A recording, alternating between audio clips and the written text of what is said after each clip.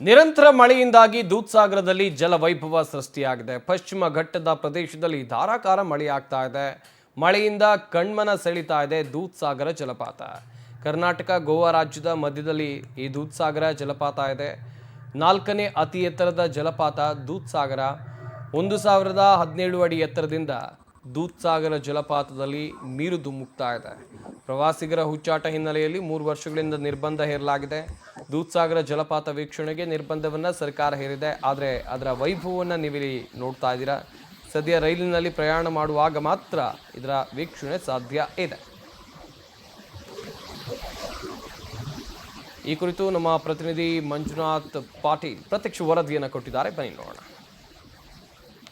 ಭೂಲೋಕದ ಸ್ವರ್ಗ ಕರ್ನಾಟಕ ಮತ್ತು ಗೋವಾದ ಬಾರ್ಡರ್ ಅಲ್ಲಿರುವಂತಹ ದೂದ್ಸಾಗರ ಫಾಲ್ಸ್ಗೆ ಇವತ್ತು ಜನ ಮುಗಿ ಬೀಳ್ತಾ ಇದ್ದಾರೆ. ಆದರೆ ಕರ್ನಾಟಕ ಮತ್ತು ಗೋವಾ ಸರ್ಕಾರ ಪ್ರವಾಸಿಗರಿಗೆ ನಿಷೇಧ ಹೇರಿದೆ. ಈ ಒಂದು ಹಿನ್ನೆಲೆಯಲ್ಲಿ ಪ್ರವಾಸಿಗರು ಇವತ್ತು ಈ ಎರಡು ರಾಜ್ಯದ ಮೇಲೆ ಆಕ್ರೋಶ ವ್ಯಕ್ತಪಡಿಸ್ತಾ ಇದ್ದಾರೆ. ಪ್ರಮುಖವಾಗಿ ಈ ಗೋವಾ ಮತ್ತು ಕರ್ನಾಟಕದ ಬಾರ್ಡರ್ ಅಲ್ಲಿರುವಂತಹ ಭೂಲೋಕದ ಸ್ವರ್ಗ ಅಂತೇಳಿ ಕರೆಸಿಕೊಂಡಂತ ಈ ದೂದ್ಸಾಗರ ಫಾಲ್ಸು ಒಂದು ಹಾಲಿನ ನೊರೆಯಂತೆ ಸುಮಾರು 1010 ಅಡಿಯ ಮೇಲಿನಿಂದ ಇವತ್ತು ಆ ಒಂದು ಜಲಪಾತ ಭೂಮಿಗೆ ಧರೆಗೆ ಒಂದು ಧುಮುಕುತ್ತೆ. ಈ ಒಂದು ಧುಮುಕುವಂತ ಫಾಲ್ಸ್ ಅನ್ನು ನೋಡ್ಬೇಕಂತೇಳಿ ಅನೇಕ ಈ 3 ರಾಜ್ಯದ ಏನು ಪ್ರವಾಸಿಗರು ಇದ್ದಾರೆ ಆ ಪ್ರವಾಸಿಗರು ಇವತ್ತು ಆತುರ್ತಾ ಇದ್ದಾರೆ. ಆದರೆ ಇಲ್ಲಿರುವಂತಹ ಎರಡೂ ಸರ್ಕಾರಗಳು ಈ ನಿಷೇಧ ಹೇರಿದ್ದಾರೆ. ಯಾಕಂದ್ರೆ ಪ್ರಮುಖವಾಗಿ ಇಲ್ಲೊಂದು ರೈಲ್ವೆ ಟ್ರ್ಯಾಕ್ ಇದೆ. ಆ ರೈಲ್ವೆ ಟ್ರ್ಯಾಕ್ ಬರುವ ಸಮಯದಲ್ಲಿ ಗೂಡ್ಸ್ ರೈಲ್ ಆಗಿರ್ಬೋದು ಮತ್ತು ಪ್ರಯಾಣಿಕರ ರೈಲ್ ಆಗಿರ್ಬೋದು, ಆ ಎರಡೂ ರೈಲಿಗೆ ಒಂದು ಡಿಕ್ಕಿ ಹೊಡೆಯುವ ಸಂಬಂಧ, ಯಾಕಂದ್ರೆ ಅಪಘಾತ ಆಗುವ ಹಿನ್ನೆಲೆಯಲ್ಲಿ ಈ ಪ್ರವಾಸಿಗರನ್ನು ನಿಷೇಧ ಮಾಡಿದ್ದಾರೆ. ಅಷ್ಟೇ ಅಲ್ಲದೆ ಪ್ರವಾಸಿಗರು ಹುಚ್ಚಾಟ ಮೆರೀತಾರೆ. ಆ ಹುಚ್ಚಾಟ ಮೆರೆದು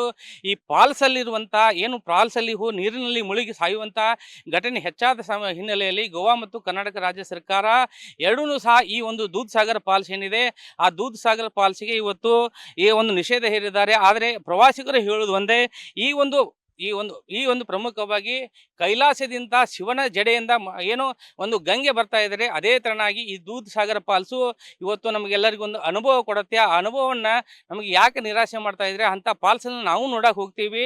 ಆದಷ್ಟು ಬೇಗ ಕರ್ನಾಟಕ ರಾಜ್ಯ ಸರ್ಕಾರ ಆಗಿರ್ಬೋದು, ಈ ಗೋವಾ ರಾಜ್ಯ ಸರ್ಕಾರ ಆಗಿರ್ಬೋದು, ಎರಡೂ ರಾಜ್ಯ ಸರ್ಕಾರ ಮಾತುಕತೆ ಮಾಡಿಕೊಂಡು ಇಲ್ಲಿರುವಂಥ ಪ್ರವಾಸಿಗರಿಗೆ ಅನುಕೂಲ ಮಾಡಿಕೊಡ್ಬೇಕು. ಯಾಕಂತಂದರೆ ಇಡೀ ದೇಶದಲ್ಲಿ ಇದು 4ನೇ ಸ್ಥಾನದಲ್ಲಿ ದೂದ್ಸಾಗರ್ ಫಾಲ್ಸ್ ನಿಲ್ಲುತ್ತೆ. ಯಾಕಂತಂದರೆ 1010 ಮೀಟರ್ ಏನು ಒಂದು 1010 ಫೂಟ್ ಅಂತರದಲ್ಲಿ ಈ ಒಂದು ಜಲಪಾತ ಆಕಾಶದಿಂದ ಧರೆಗೆ ಇಳಿಯುವಂಥ ಈ ಒಂದು ದೂದ್ಸಾಗರ ಫಾಲ್ಸನ್ನು ನೋಡಬೇಕಂತೇಳಿ ಅನೇಕ ಪ್ರವಾಸಿಗರು ಇವತ್ತು ಹಾತೊರ್ತಾ ಇದ್ದಾರೆ. ಅವರಿಗೆ ಅವಕಾಶ ಮಾಡಿಕೊಡ್ಬೇಕಂತೇಳಿ ಪ್ರವಾಸಿಗರು ಇವತ್ತು ಒಂದು ಆಗ್ರಹ ಮಾಡ್ತಾ ಇದ್ದಾರೆ. ಎರಡೂ ರಾಜ್ಯ ಸರ್ಕಾರಕ್ಕೆ ಆಗ್ರಹ ಮಾಡ್ತಾರೆ. ಇನ್ನಾದರೂ ಸಹ ಎರಡೂ ರಾಜ್ಯದ ರಾಜ್ಯ ಸರ್ಕಾರಗಳು ಒಂದು ಜಂಟಿಯಾಗಿ ಒಂದು ಸಭೆಯನ್ನು ಮಾಡಿ ಇಲ್ಲಿ ಬರುವಂಥ ಪ್ರವಾಸಿಗರಿಗೆ ಅನುಕೂಲ ಮಾಡಿಕೊಡ್ಬೇಕು. ಯಾಕಂತಂದರೆ 1,000ರಿಂದ 2,000 ರೂಪಾಯಿ ಪ್ರತಿಯೊಬ್ಬರಿಗೂ ಫೀ ತಗೊಳ್ರಿ. ಆದರೆ ಈ ಒಂದು ಭೂಮಿಯ ಮೇಲೆ ಇರುವಂತಹ ಸ್ವರ್ಗವಾದಂತಹ ದೂದ್ಸಾಗರ ಫಾಲ್ಸ್ ಅನ್ನ ನೋಡೋಕೆ ನಮಗೆ ಅನುಮತಿ ಕೊಡಿ ಅಂತೇಳಿ ಇಲ್ಲಿರುವಂತಹ ಪ್ರವಾಸಿಗರು ಆಗ್ರಹ ಮಾಡ್ತಾ ಇದ್ದಾರೆ.